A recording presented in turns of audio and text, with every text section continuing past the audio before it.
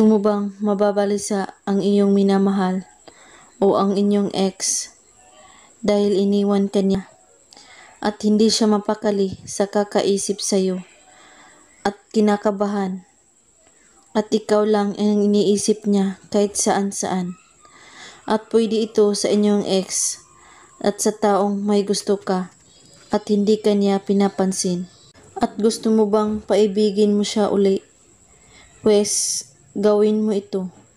Pwede rin itong gawin sa babae to babae o lalaki to lalaki. Ang mga kailangan sa ritual na ito: papel, panulat. Magfo-focus ka kapag gumawa kayo nito at buo ang inyong paniniwala at laging handa ang sarili para tatalab agad. Isulat mo sa papel ang pangalan at apelyido niya ng isang beses. At sa likod ng papel, isulat mo na mababalisa ka at mababaliw ka sa akin ng husto. At pagkatapos, ilagay ito sa inyong unan. At bago kayo matulog sa gabi, iisipin mo siyang mabuti at sambitin mo ang kanyang pangalan at apelyido. At mababalisa ka at mababaliw ka sa akin ng husto.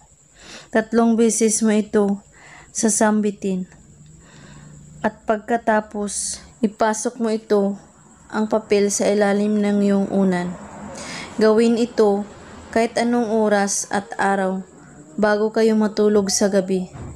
At saka mo ito kunin kapag lumilipas na ang 7 araw. Gawin ito na may buong paniniwala at laging handa ang sarili. At kung may katanungan po kayo ay magko-comment lang po sa ibaba. Maraming salamat sa panunood.